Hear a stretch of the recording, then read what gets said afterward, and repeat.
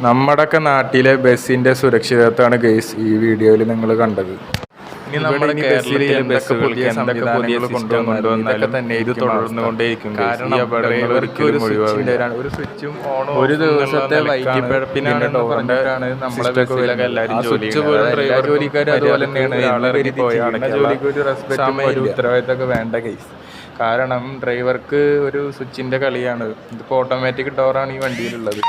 ഒരു switch നിൽക്കിയാൽ door അടയും, switch ഇതാക്കിയാൽ door ഓണാവും. അതുപോലും ഡ്രൈവർക്ക് നോക്കാനുള്ള ടൈമില്ല.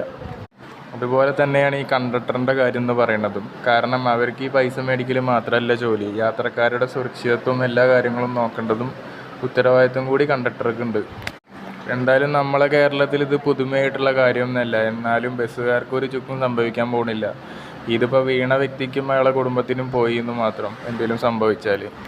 എന്തായാലും ആ വീണ ചേട്ടൻ ആരോടൊക്കെ ഒരു ഭാഗ്യം കൊണ്ടാവാം ആളെ ടയറിൻ്റെ അടിക്ക് പോയില്ല. അത് തന്നെ വലിയ കാര്യം. പോരാത്തതിന് പിന്നിൽ നിന്ന് വലിയ വാഹനങ്ങളൊന്നും വന്നില്ല. ആ ചേട്ടൻ എന്തായാലും ഭാഗ്യമുണ്ടെന്ന് മനസ്സിലാക്കാം. എല്ലാവരും ഏത് വാഹനത്തിൽ പോവുകയാണെങ്കിലും സേഫായിട്ട് പോകാൻ ശ്രമിക്കുക ഗൈസ്.